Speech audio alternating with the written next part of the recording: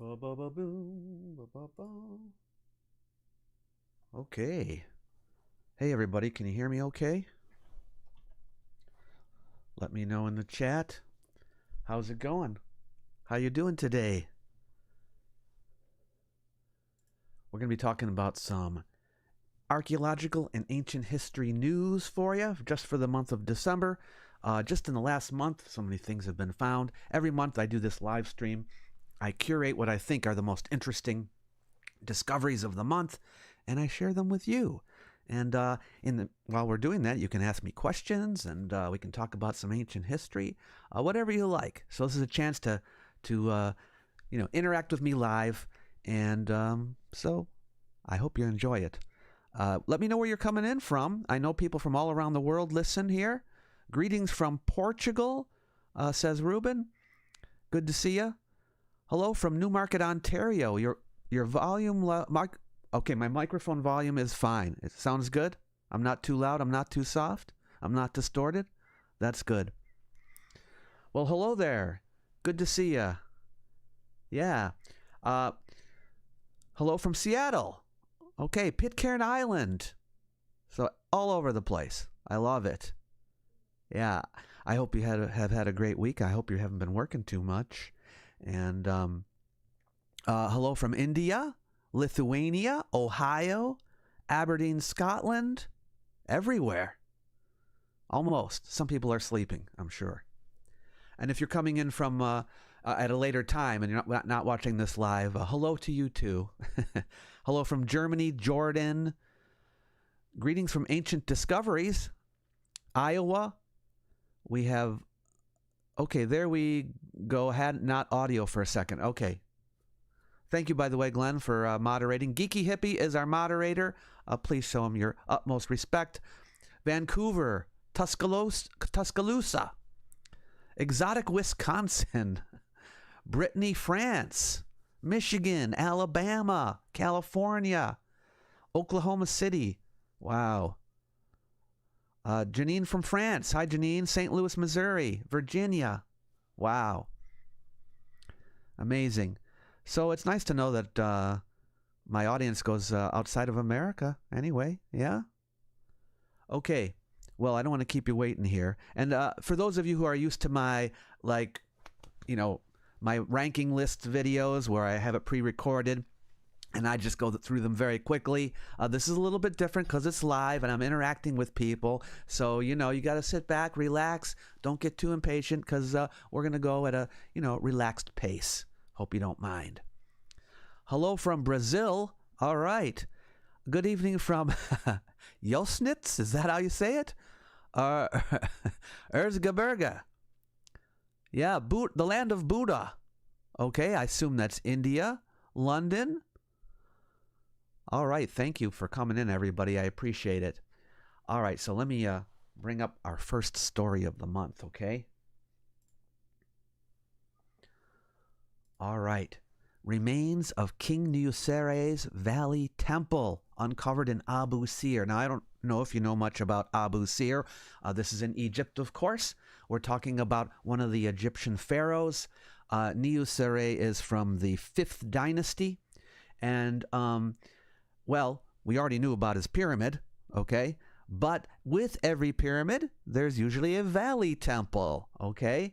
And guess what? We found Niuserre's valley temple, which is connected to his pyramid. Yeah. So you can see a little bit of it here. They didn't give us a lot of photos, okay? But you can see part of it there that's been uncovered. All right, Abu Sir. Abu Sir has been closed to the public lately because they've been doing archaeological work there.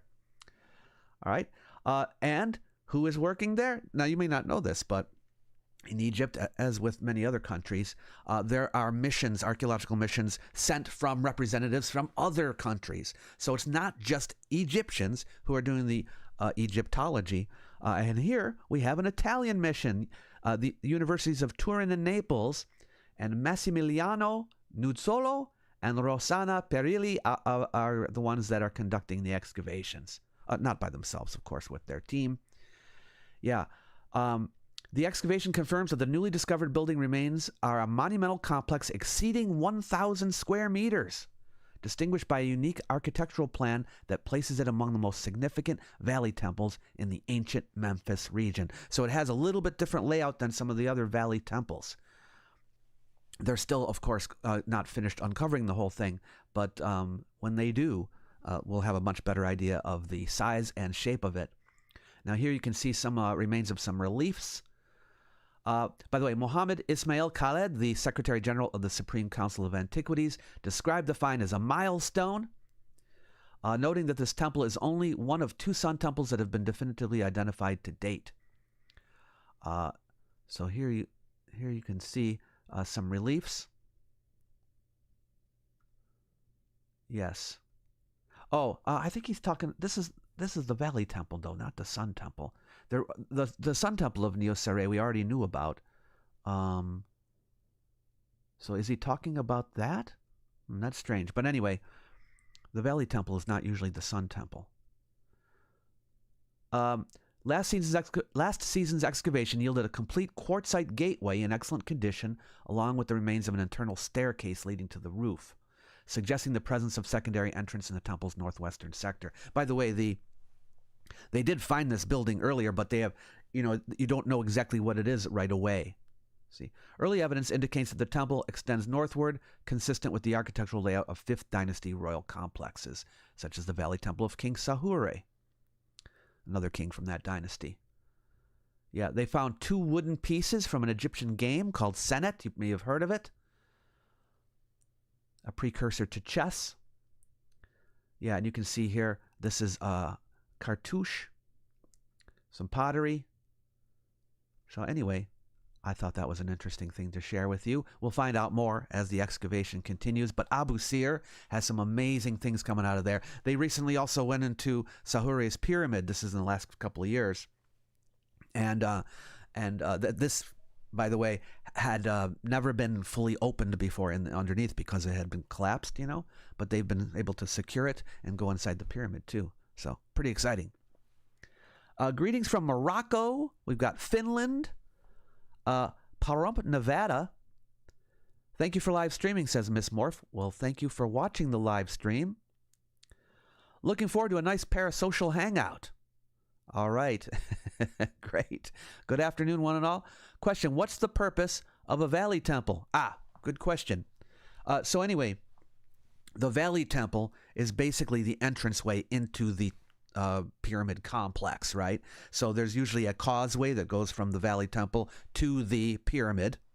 And the causeway is basically a land bridge, a covered land bridge that goes from the Valley Temple to the pyramid. But when you bring the pharaoh's remains to the complex, there are ceremonies performed at the Valley Temple before you go and take the body to the pyramid. So there'd be rituals performed there, and then they would take it in a procession down the causeway to get to the pyramid. And there usually be another temple at the pyramid, which is usually called the mortuary or funerary temple, where more ceremonies are performed. Anyway, it was very involved. But the Valley Temple is the sort of the entranceway into the pyramid complex. Good morning from down under. Okay, we got someone from Australia. What time is it over there? Are you working late? Happy holiday, merry winter solstice, and cool Yule. Thank you. I'm in Bahrain. Hello from Tacoma, Washington. First time being here during the actual live stream. Feels like I've won the lottery. I'm glad you can make it. Love the show. Boring Oregon. Is there an actual boring Oregon, or are you just saying that Oregon is boring? Hello from south of France. Come around and ask for Jeff for a beer and a chat. Oh, I would be happy to. My archaeologist son is visiting me today. Whoa, Matt, that's amazing. Fantastic. All right, let's look at another one, shall we? A 2,000-year-old mystery unlocked. Now, I'm sharing with you not only the actual archaeological discoveries, things dug up from the ground, but also discoveries about archaeological artifacts, right? Studies that are done on things that have been found. And that's what we're talking about here with the Dead Sea Scrolls, right? Now, you know they were found a long time ago. However, maybe you didn't know this, but there are different scripts in the Dead Sea Scrolls, and not all of them were able to be read. Okay, and there was one particular one, a writing system called Cryptic B, which is on some of the scrolls. It was rare. It's not one that's used commonly, but for over 70 years, one of the last undeciphered writing systems of the Dead Sea Scrolls, known as Cryptic B, has puzzled scholars and fueled speculation about whether it preserved forbidden doctrines or encoded secrets of an ancient sect. Well, Emmanuel Olivero of the University of Groningen, am I saying that right? Anyway, did a new study. This is in 2025 it was published, and he was able to reveal the contents of Cryptic B, the scrolls written in Cryptic B. And maybe disappointingly, there's no forbidden knowledge or doctrines in there, nothing heretical, but basically conventional biblical idioms, prophetic expressions, and familiar religious vocabulary. So it didn't really overturn anything as far as the contents are concerned, but it's still cool that we were able to, I'm taking credit, that scholars were able to solve this puzzle. Okay? Yeah. There are two manuscripts written entirely in Cryptic B. They're called 4Q362 and 4Q363. That's how they number the Dead Sea Scrolls. And they survive only in tiny damaged fragments. Some pieces measure mere millimeters. And this is one of them. Very small. Okay?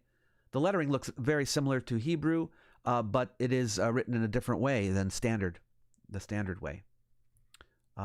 Several characters resemble Paleo-Hebrew or Greek shapes, while others mirror standard Jewish script with subtle alterations. It's kind of a blend. Yeah. This is the word Israel, and that's not the usual way it appears in the Dead Sea Scrolls. Yeah. Anyway, you can read more about it. I'm going to leave links to all of these at the bottom of the video. I don't have them there yet, because I want you to watch. But after I do the live stream, I'll put them down there for you. Yeah. Now that you are on the Egypt section, I cannot stop myself from asking, did you make any video about geopolymer? I have seen lots of new things about it. My mind is blown, maybe because of my ignorance. I am planning to do a geopolymer video in the near future. I have not yet done so. And I think now is a pretty good time since, as you say, there are some new things coming out about it. But I don't want to give away the ending, okay? But geologists and other experts have already been able to trace the source of the stones in the various buildings of Egypt, and even see evidence of quarrying of these stones. So the consensus is these stones were quarried, and we know the exact quarries that they came from. But I do think it needs to be addressed, this geopolymer idea. And how do we know they couldn't have done this sometimes, right? So I will make a video about it. Happy holidays to you and a joyous new year. Thank you, Annie. And by the way, everybody, I don't want to bear bad news here. You might find this to be bad news, but I think I'm going to, well, if you've noticed, the live streams, some people love them so much. They love that I do this every month. And I love doing it too. But they don't get a lot of views. And I think there's maybe 8 to 10,000 people that really love watching them. But when you see other videos, they get a lot more. And I'm wondering, is it worth doing them? So I'm giving consideration to the fact for the new year to maybe discontinue the live streams. Don't say it's not so. No. But I just don't know, how popular. They just don't seem that popular, is what I'm trying to say. But I know all of you here really enjoy them, and I'm not sure why they don't do really, really well. But I have 350,000 subscribers or whatever it is, and when you get 10,000 views, it's that's not a lot. Are you saying we don't matter? No, I'm not saying that at all. I mean, I still do, greatest archaeological discoveries of the year, those kinds of videos. I'll have those kinds of videos. I'm just talking about the live stream. Love the live because we can ask questions. I know. Don't stop, says Jeff. No. They don't do well because only us are true fans. Yes, that's maybe the case. Live streams are only for those watching closely, homie. Don't stop. Well, I'll tell you what. I'll think about it, you know. You know what I could do? I can make these special videos only available to members, if you would be interested in doing like that, my patrons or something like that. And it's only like $2 a month to be a patron. And then I could do a special live video just for the select group who are the true super fans of the channel, something like that. I'll think about it. But I just wanted to, because it's the end of the year, and I was thinking of making a change next month, but there's probably going to be a change. I just don't know exactly how I'm going to do it. Why I'm leading with this, I should have saved this to the end of the video, but I just wanted to get it off my chest. Why not quarterly? Hey, that's not a bad idea either. Make video not live, but video better. Yeah, I mean, do I want to do a whole video every month on every archaeological discovery? Maybe, but it would get kind of repetitive, I think. I don't know. Live is like OnlyFans for serious historians. Yeah. Oh no, I have no money. $2 a month, Bella. Members would be great. No Patreon shit, please. Okay. Well, Jeff, not everything is free. The reason I say that is because my patrons, they deserve to have some extras, and I don't have a lot of extras for them, and I want to make more extras for them. So that's why I'm thinking, this might be a good extra, Don't stop, please. No Patreon. So now it's paywalled. No money, no knowledge. Hey, the videos are going to keep coming, Jeff. Just not one particular kind of videos. That's all we're talking about here. My videos will continue to be free on this channel for everybody. Yeah. Every 3 months. Maybe. All right, let's look at another one, okay? I got to get off the subject before you lynch me. Okay, so this is a study that just came out in September. The Minoan Thera eruption predates Pharaoh Ahmose. What does that mean? Now, I don't know if you know about the Thera eruption. If you know anything about ancient history, most people know this, okay? But there was an eruption of a volcano. Now, maybe you know about Santorini, this group of islands in the middle of the Aegean Sea. The island of Thera is one of the islands. All those little islands used to be one island until there was a big explosion, volcanic eruption, and there was a big one in ancient times, usually dated to maybe the 1600s or so BCE. But it's not known exactly, and even more importantly, well, for historians, how does this compare to Egyptian history? At what point in Egyptian history did this eruption take place? I should be a little bit clearer here. The eruption itself, we can narrow down the date fairly well, but what was going on in Egypt at the time is a little bit more fluid. All right, so this is a study that's been done, okay, with radiocarbon dating and Bayesian analysis to figure out where in comparison to Egyptian history was the eruption, the volcanic eruption. There used to be an old theory, I don't know if it's still around, that the Thera eruption caused the Red Sea to part, and that's when this all happened with, the Moses and the Red Sea and all that, and that story in the Bible is based on this eruption. Here's what we have been able to determine. I'm taking credit again. Here's what these particular investigators have been able to determine through this new analysis. Okay, the question was, when in comparison to the New Kingdom pharaohs did this take place? Now, the first king of the New Kingdom was Pharaoh Ahmose.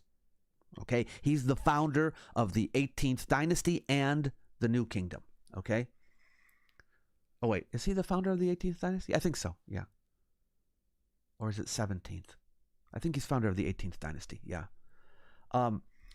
So he's Ahmose, and then we have a bunch of kings after him. Now, some people think that the eruption took place after his time, maybe one of the other kings that succeeded him. But this new analysis suggests that the eruption took place prior to his reign. Okay? In other words, before the New Kingdom. All right? This would be during the Second Intermediate Period. And it's also suggesting that the Second Intermediate Period was longer than we had originally thought. Okay, so people had shortened the Second Intermediate period over the years, with new dating and all of that, and it got kind of shorter. But now we're thinking, at least this new analysis suggests that the Second Intermediate period is longer than we thought. And that's what this study is all about. So you can see all the science here if you want to read it yourself, okay, and how the eruption is dated and how it compares to Egyptian history. Pretty cool, huh? All right. All right. Tessa was awesome in your turkey videos. It's Tess without the A, but yes, thank you. She is awesome, isn't she? Absolutely. He's not a snake oil salesman. I just found out that his Patreon is only $2. I said it was $2. That's it, $2. Yeah. Hey guys, if you want free stuff all the time, go visit a library. This information is priceless. Oh, thank you, Miss Morph. All right. This guy should have gone on Joe Rogan to debate. Well, I actually accepted the challenge to debate Graham Hancock because he put out a challenge to both me and Flint Dibble. We both said yes, and he chose Flint Dibble over me. And I think it's because Flint's an archaeologist and I'm a historian, so I think he wanted to debate Flint. So that's how it all went down. But, Joe Rogan knows about me. He's subscribed to my channel. Yeah, he did. Greetings from the Netherlands. Happy holidays. Thank you. Great to have you. Okay. Anyway, let's go on to another one. All right. I translated this directly from the Greek. Okay. This is written in Greek. So the English is not going to be the greatest, probably the translation here. But what is going on here? You know about the Minoans? You've heard of the Minoans. They're on Crete, or they were on Crete. Okay.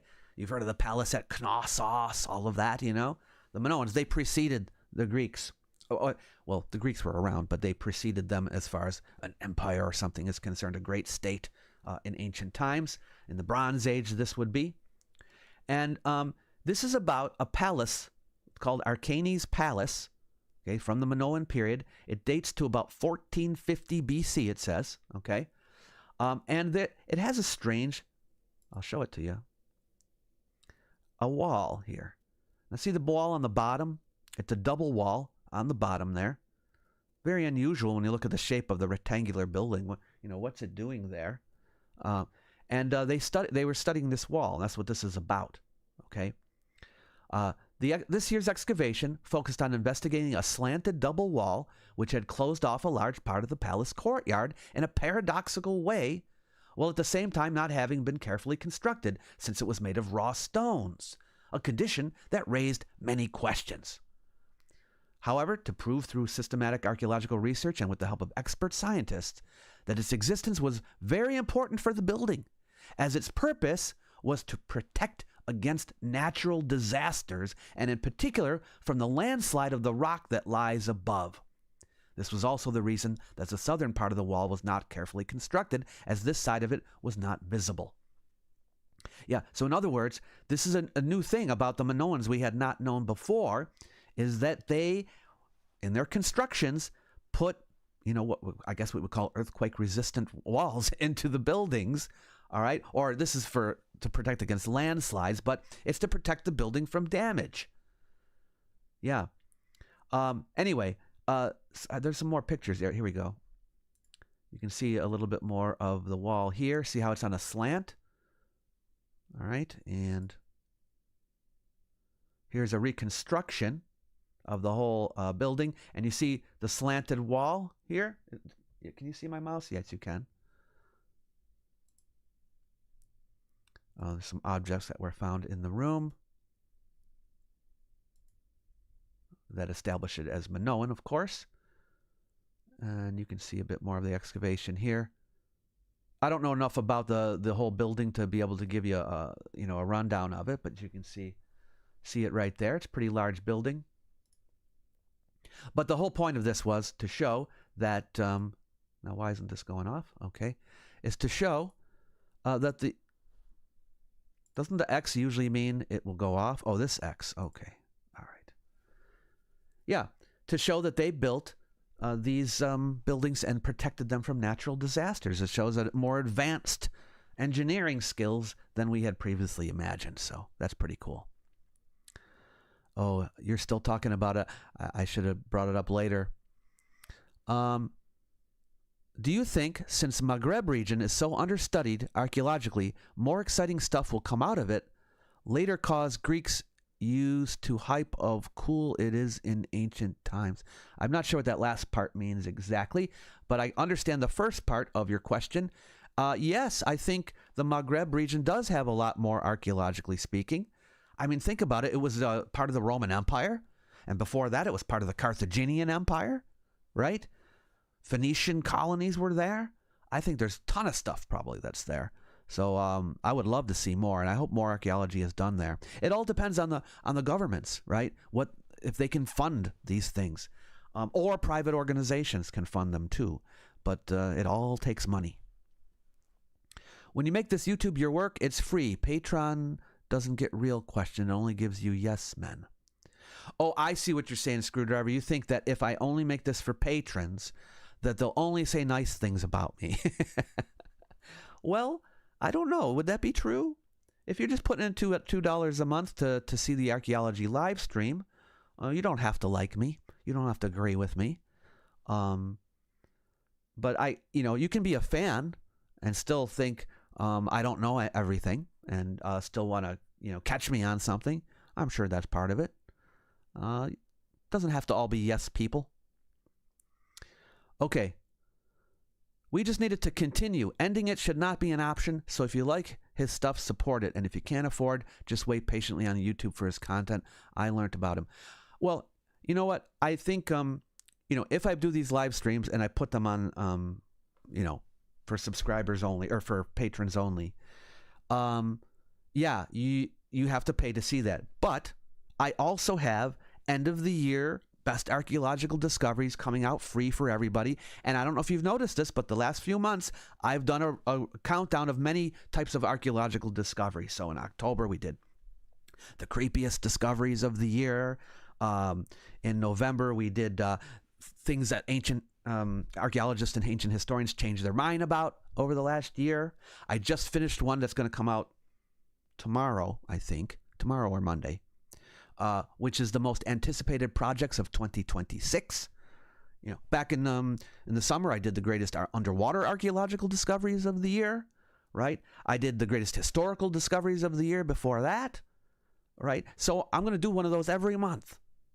This is not the live stream. These are just regular videos that everybody can see. So those ones are still coming out free for all, okay?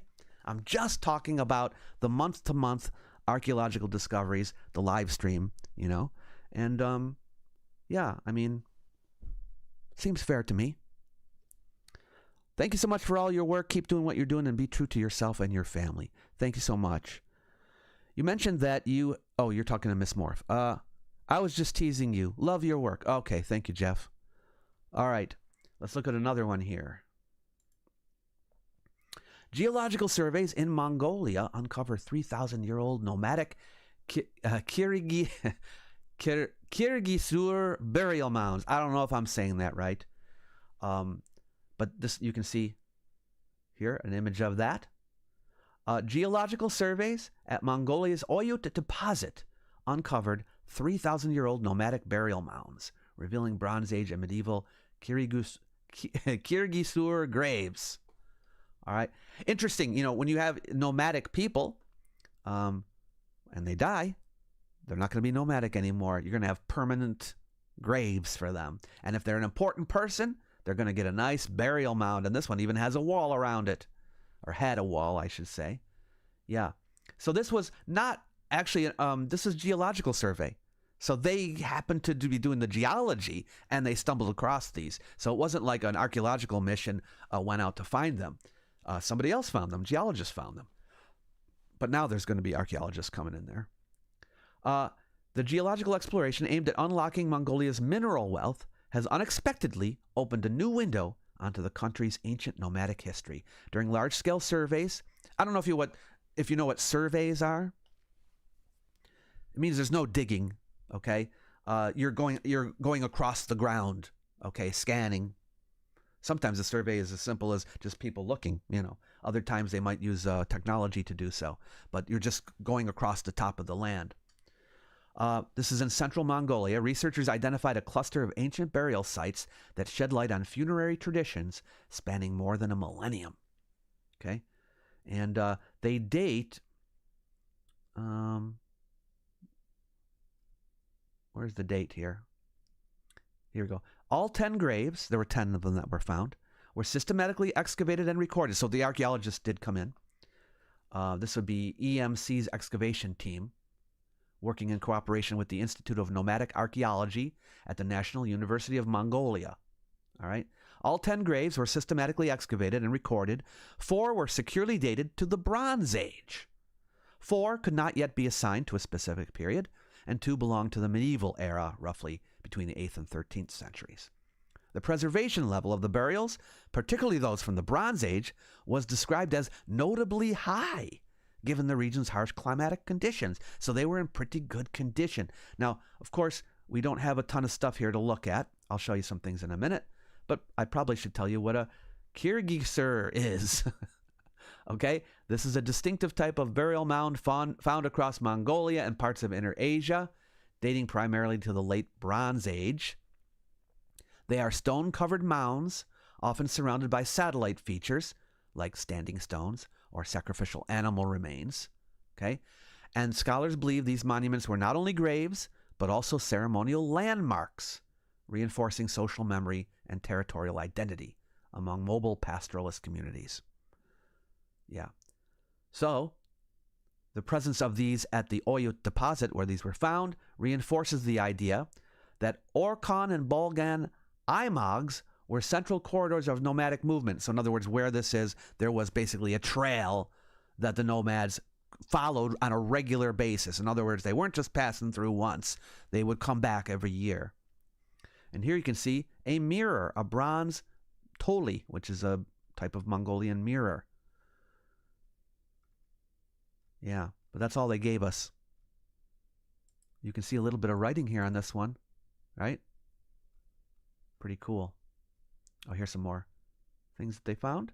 But yeah, I thought that was a cool story. I don't pay for YouTube channels. Sorry. $4 here, $4 there. Next thing it adds up to real money. That's how everything is. How you know, that's what everything is. I worked as a consultant for years, and there were always non-clients calling and asking questions, not willing to sign a contract for compensation. I did the same thing when working corporate. Yeah, I used to, I don't know if this is a little side point about me you probably didn't know about. But for a few years I ran an indie record label. And I had people saying, you should give away the music for free, you know, charge for shows if you want, but all music should be free. And how you expect the bands to make any money? Anyway, okay. Remember, this is my full-time job. I work part-time at the university near here, but this is where I make most of my money. This is my job. Yeah. Okay. I give a lot away for free, folks. I give a lot away for free. All right, this is from Russia. I have this translated from Russian. Research of the Ural Archaeological Expedition of the Institute of Archaeology of the Russian Academy of Sciences in the Orenburg region. What did they find? Well, they're working at a place called Visokaya Mogila. And if any Russians are there, I apologize for butchering these names. But it's a burial mound necropolis in the region of Orenburg. Okay, 5 burial mounds. So we were just talking about burial mounds in Mongolia. Well, here's some more in Russia. Okay. During the work, Mound 19 was examined. A pit was discovered in the center, which was empty at the time of the study. In addition, a survey of the intermound space near Mound 1 of Group 1 was conducted. To the east of the mound, iron bits, cheek pieces, and a forehead piece with a hooked top were found in the arable layer. These were stolen during plowing and most likely belonged to sacrificial complexes. To the east and southeast of the mound, a silver fitting for a wooden vessel and a gold-sewn plaque depicting the head and forepaw of a tiger were found. Most of the finds were located 20 to 50 meters from the mound floor. So I'm going to show you some of the things that they were able to find at these mounds. So this is a recent discovery. They found parts of a bronze cauldron and bronze ladle. Look at this. These are part of the things that were left for as offerings. They talk about animal remains. Look at these bronze plate forehead protectors. And bronze openwork forehead protectors. Cheek pieces. And then this is cool. These go on belts. And look at, there's images of people's faces. I love it when they find faces. Yeah, the discovery of such sacrificial complexes and individual objects in the interbarrow spaces allows us to identify new features in the funerary rituals of the South Ural nomads. So this is another one of nomads in Asia and some of their burial complexes. Slightly different from those in Mongolia, but this was found this year as well. So Central Asia is really opening up in archaeology, which is really cool. Let's see. Oh, you're all still talking about it. Okay. Sorry I'm late to the party. Been driving back from my family Christmas. We'll definitely rewatch ASAP. No problem, Ellie. All right, let's look at another one here. Roman soldiers defending Hadrian's wall infected by parasites. Study finds. Yeah, this is at the site of, does anyone recognize it? It's Vindolanda. Probably the greatest Roman site in Britain. And so research examining ancient sewer drain sediment. Isn't this cool? You can find sediment from the sewers and you can figure out what was in the diet, okay, because this is the waste. So they found evidence of intestinal worms and diarrhea, okay. Now, they did have a very good drinking water system. They had baths, toilets. At Vindolanda, it was very advanced, okay, for its time. But, of course, they didn't know about all these microbes and everything. I'm sure they knew about worms, but they didn't have good treatments for them. Oh, look at this. We've got a donation from Bronze Age cavemen. I will, however, pay the occasional super chat. It's okay because it's not on autopilot any. Watch Wrath of Pharaohs, 44 Babylonius Desert Raiders. I don't know what that is, but thank you so much for the donation. I appreciate it. So yeah, they analyzed these sewer drains, and it showed that the occupants were infected by 3 types of intestinal parasite: roundworm, whipworm, and Giardia duodenalis. Or if you want to say Giardia. Yeah. And this is the first evidence of Giardia duodenalis in Roman Britain. Pretty interesting, isn't it? So that means we can learn about the Roman diet. Well, I don't know about the diet, but we can learn about some of the problems they would have intestinally from this study. Yeah. So anyway, I thought that was cool. It's not cool for them, but it's cool to know about.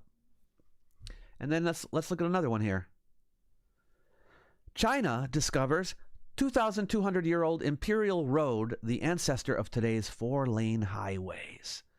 Yeah, this is a road, 2,200 years old, okay? A remarkably well-preserved section of an ancient imperial highway built 2,200 years ago. And this is from the Qin dynasty. This is the first empire of China, okay, the Qin dynasty. This is back in the 3rd century BCE.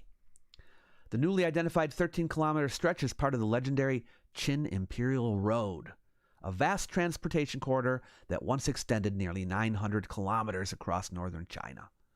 They announced it on December 9th, so this is brand new, folks. Yeah, and the excavations revealed surprisingly advanced construction techniques. They identified straight-cut trenches, rammed earth slope reinforcements, compacted roadbeds, and even entire valleys filled in to maintain a direct route. The average width of the road, around 40 meters, expanding up to 60 meters in some sections, would be wide enough for 4 lanes of modern traffic. Isn't that interesting? Now, we do have some ancient documents that talk about them making a road, or roads, and this is a verification. So you can see a little bit here. I'm not sure. Are we looking at it from the... We're looking at it from the side, I guess, right here. But that's all they give us as far as the photos are concerned.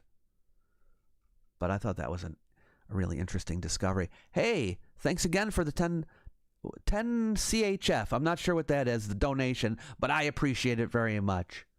Thank you so much. The names are, I'm only getting like, the way I have it, the names are like halved.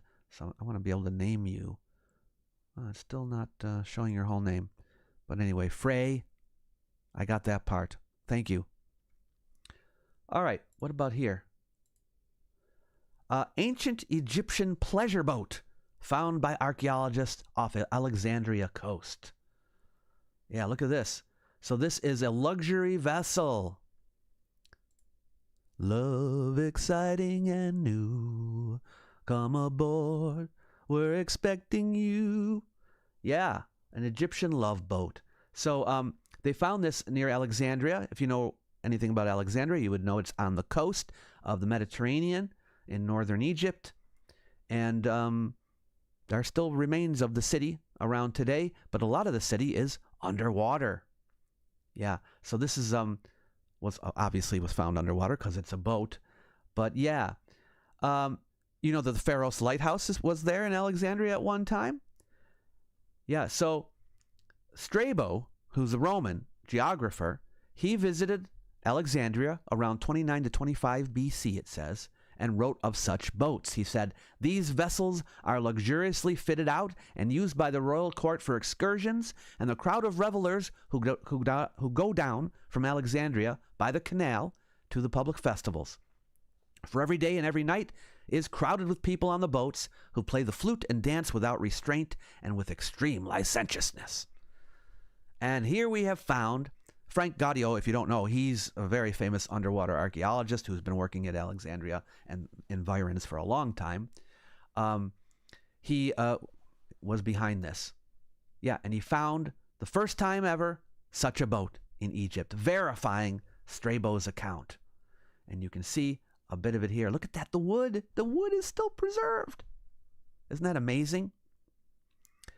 Oh, thank you, Weasel, for the 10 pounds. Were the Romans, or is that 10 pounds or 10? Yes, 10 pounds, right? Yeah. Were the Romans as perverse during the games as some say? Well, it's like all cultures. It depends which Romans you're talking about. Every culture has some perverts.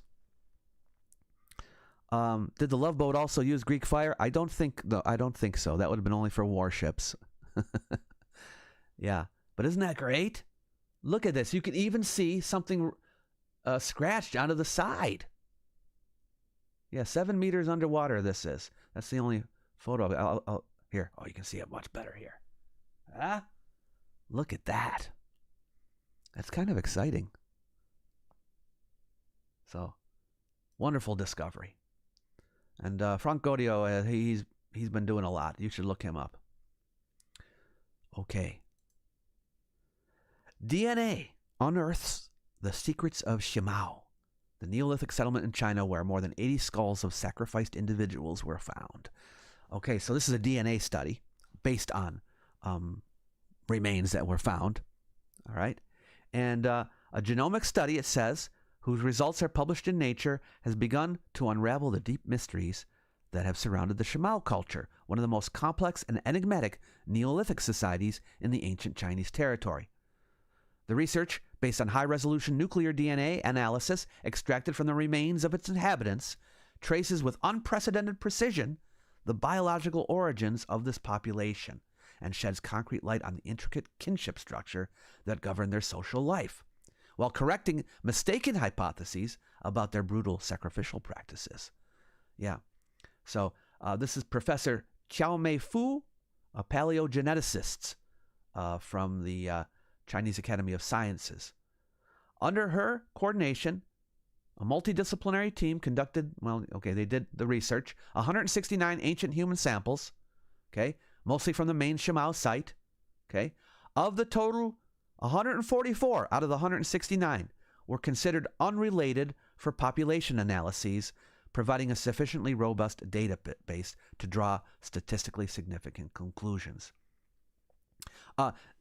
You don't want to use members of the same family. You want to have people from separate families. Yeah. Anyway, the date of this site is 4,200 to 3,700 years ago. Okay? It's a massive settlement. You can see it there, bounded by imposing stone walls. All right? Very big site.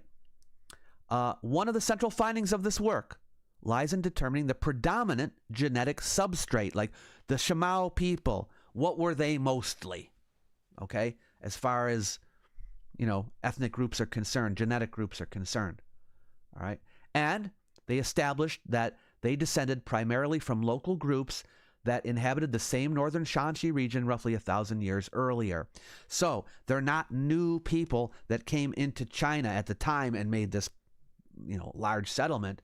They were the people that had always been there, or at least had been there for 1,000 years.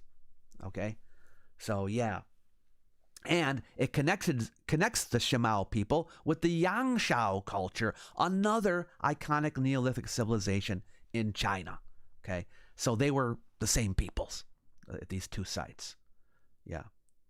But they were not isolated. Okay? There were other population groups that were living there too, so other people came and lived there who weren't part of the main population. There's one of the burials there. So I love how DNA is helping to clear up some of these questions. Jack, thank you so much for the $13.99 Canadian. Tell us about your next adventure. Well, I haven't announced it to the public yet, Jack, but should I take this occasion to do so? Maybe I will. Yeah, I'm planning a new tour, and I'm not waiting a whole year this time. I usually go in November. We just got back from, in November, we were in Mexico, and we did a lot of great Maya and Zapotec and Olmec sites, and we got the videos coming out for that. But now, in May of 2026, I'm taking a tour to Italy, including the island of Sardinia. And because on Sardinia, there's the amazing Nuragic civilization. Have you ever heard of it? You should look it up if you haven't. We're going to go investigate those remains. We're going to look at the remains of the Romans and the Etruscans, all right, as well as Phoenician colonies on Sardinia. Oh, my gosh. It's going to be a great trip in May. And if you're interested, I should leave the link. But maybe I'll leave it below the video for those of you who are interested. But I don't have it out there right now. And it would take me too long to... Would it take me too long? Could I put it in the chat? I could put it in the chat. You want me to do that? Take a look at it. Yeah, I have it right here. I'll put it in the chat. You see that? Look at that. If you want to check it out. This is put on by Adept Expeditions. Maybe you know NEXT. He's the guy that, he has a company that does expeditions. Yeah, a Tyrrhenian adventure, ancient Italy and Sardinia tour with Dr. David Miano, 15 days. Look at this. Okay, you get the whole thing. Well, you know who I am, but you got the itinerary.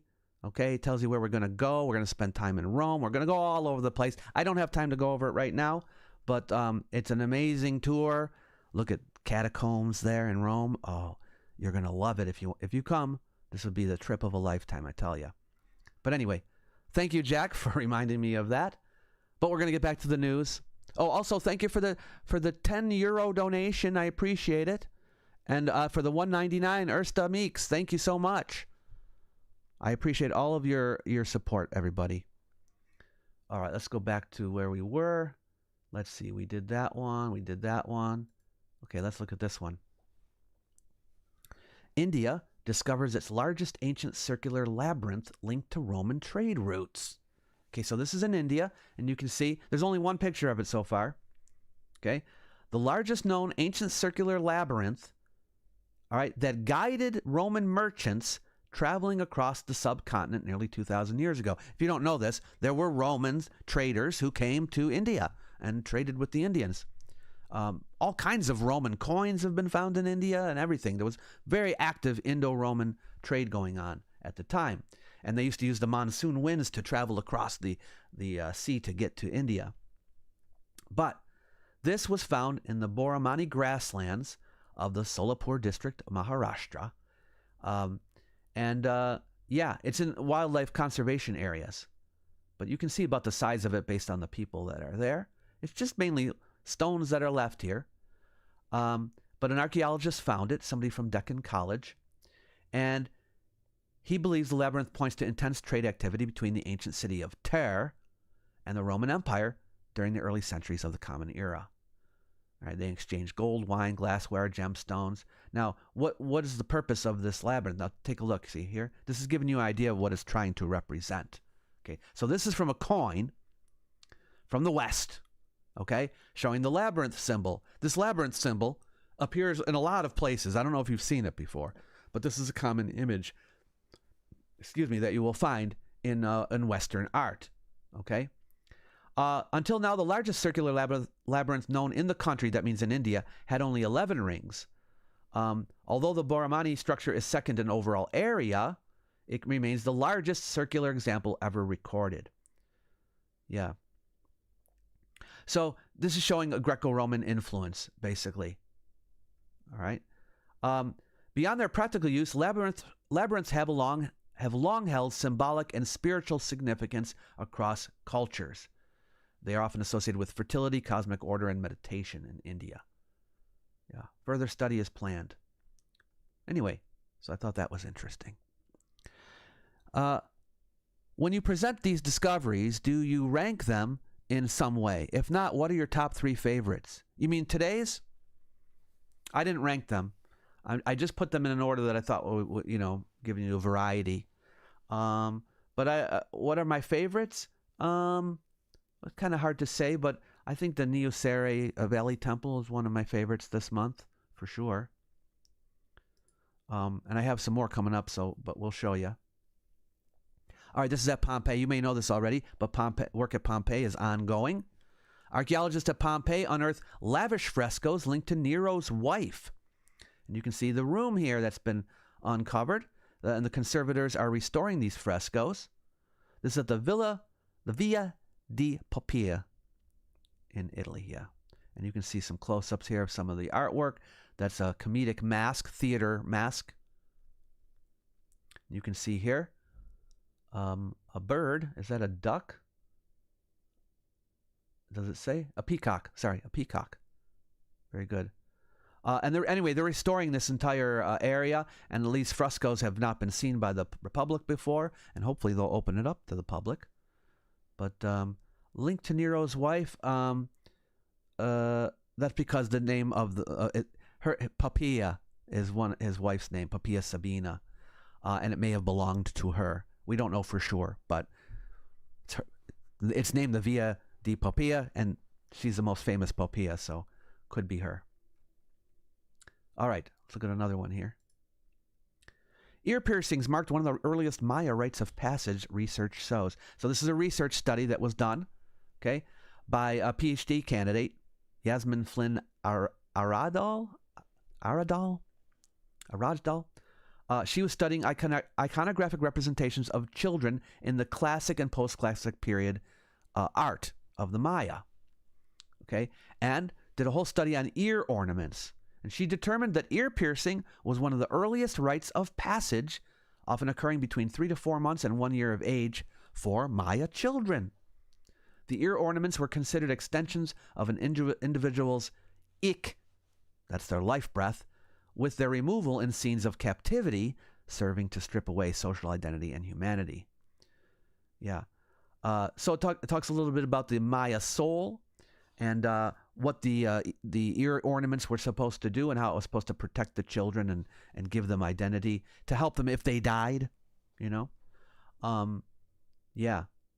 She found 83 images of Maya children in order to do this. So it was a study basically of Maya art, but we learned a little bit about ear piercings of the Maya. So I thought that was interesting as well. Okay. Do we have anything written from Indians that saw Rome? I know that we have a lot about Chinese, but not about Indians. Yes. I can't think of anything off the top of my head, but I'm pretty sure there are references to the Romans in Indian writings. Not a lot, but there are some.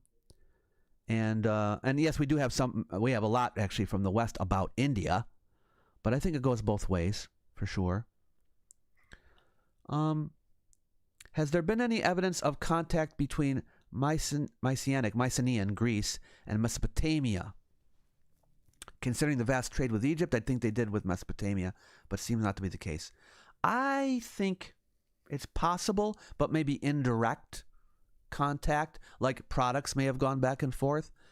How many Mesopotamians came to Greece? I don't know. But there was, and this is fairly early, there was an Assyrian colony in Asia Minor. That's not all the way in Greece. But who knows? There may have been some contact. It's possible. Yeah. My wife wants to know, yeah, right. Your wife wants to know how you select the girls that come with you on trips. Well, it depends, but basically, I either chose them because they knew a lot about travel and travel vlogging and would do well with the travel tips and things like that, or they knew a lot about archaeology of the region or whatever, and I thought they'd be good for that. Some of the early ones, they were just friends. Yeah. No question, but wanted to thank you for sharing with us. Well, thank you for the $2, Rad. I appreciate it very much. Yes. All right. Let's go on to the next one. A major Etruscan medical school emerges at the sacred springs of San Casciano dei Bagni, and this is in Italy. All right. 2025 excavation season we're talking about here. This just happened. All right. Reshaping how scholars understand medicine, religion, and scientific knowledge in the ancient Mediterranean. Remember, the Etruscans preceded the Romans. Well, they were contemporary with them too, but they had a very important civilization in Italy before the Romans were a big thing. And they influenced the Romans quite a bit. All right.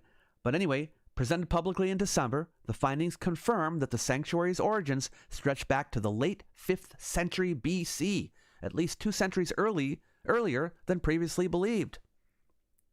All right. So now we have this medical center.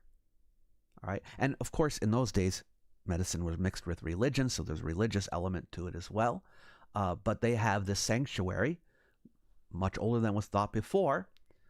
All right. They found a fragment of a bronze ritual candelabrum, a type of object closely associated with high-status cult practices. All right. As well as things associated with medicine, and you can see parts of it there. Yeah, they intentionally abandoned it. They had terracotta findings. Excavations in the southwestern sector of the sanctuary revealed the beginning of a favisa, a sacred deposit where votive offerings were ritually buried once removed from active use.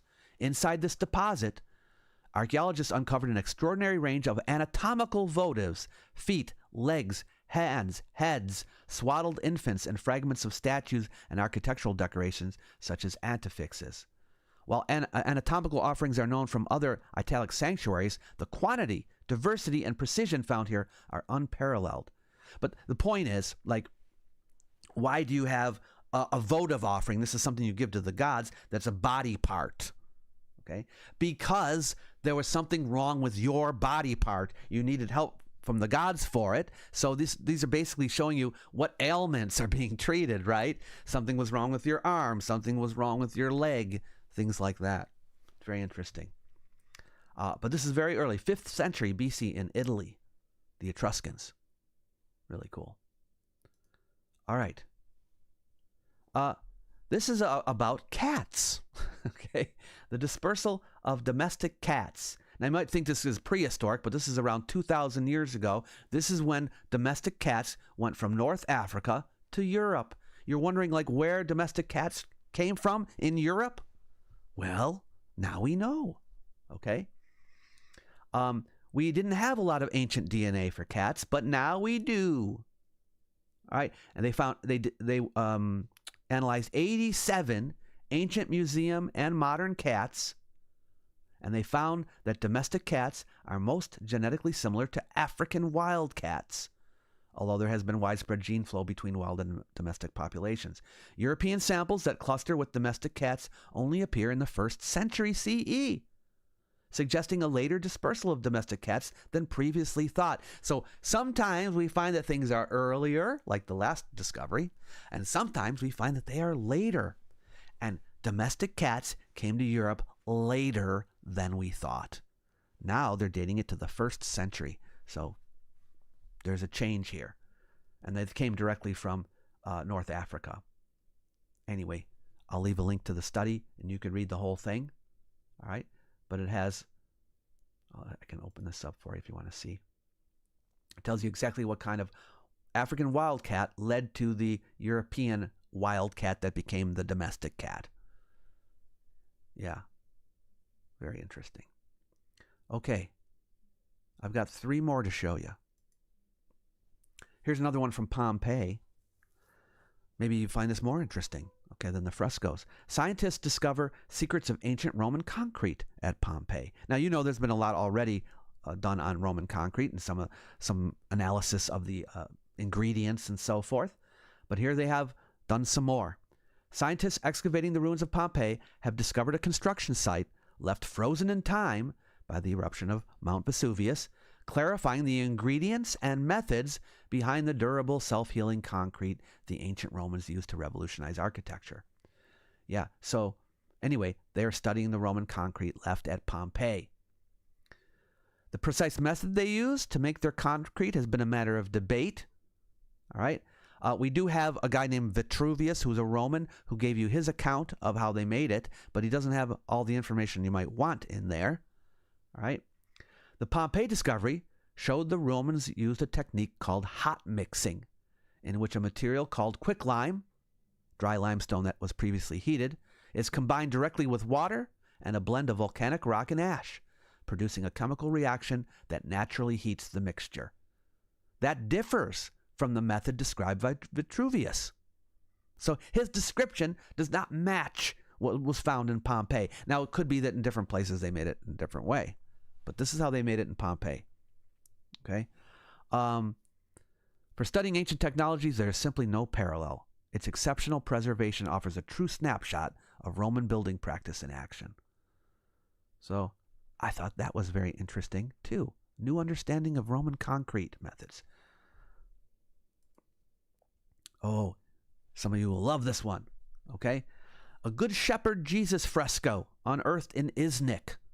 All right. This is one of the earliest depictions in art of Jesus. Not the earliest, but one of the earliest. It's within a group of the earliest depictions of him in his Good Shepherd guise. So there's different ways of representing Jesus in early Christian art, and the Good Shepherd is one of them.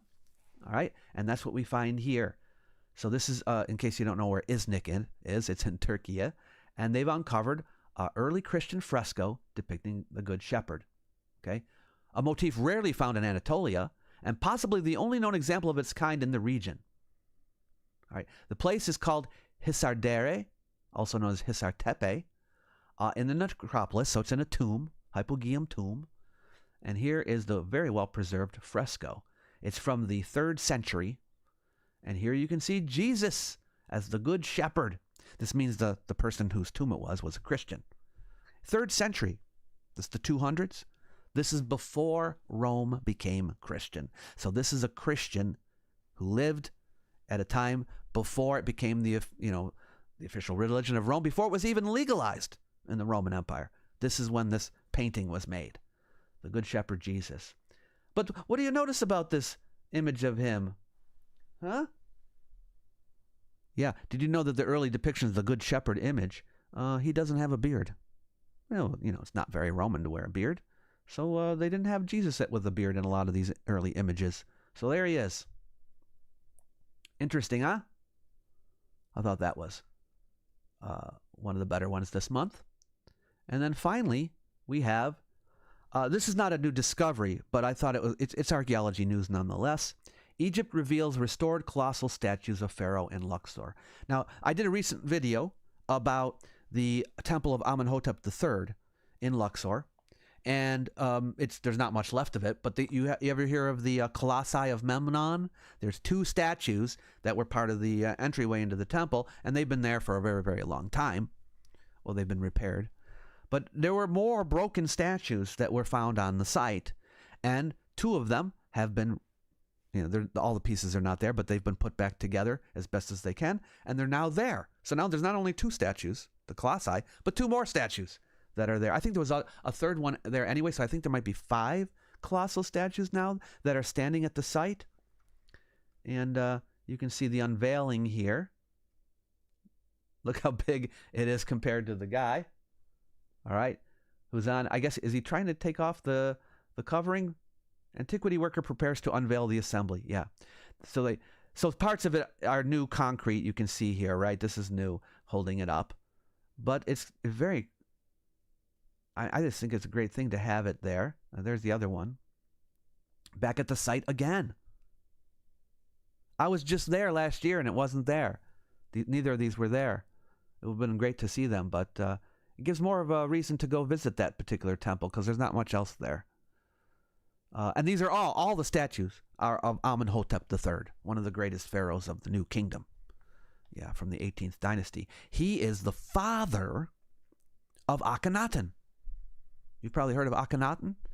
And Akhenaten is the father of King Tut. Yeah.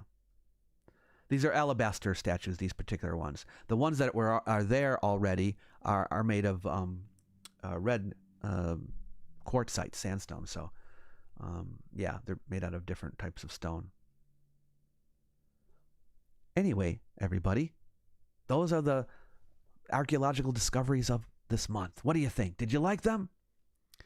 Do you think the myth of Theseus battling the Minotaur might be based on the Minoan ritual festival frescoes where youths are taming bulls? It's very possible. You know, I often think that even though they didn't have any archaeology in ancient times, there were probably some Greeks that were on the island. You know, they went through the ruins of the palace at Knossos or whatever, saw bull imagery, and then this story came out of that, you know. They're basing it on things that they saw. You know, father might tell his son, you know, Daddy, what's that? Oh, didn't you hear about the story about the bull? You know, although I don't know if he would tell his kid about how the king of Crete, his wife had an affair with a bull, you know, but, you know, that's part of that story.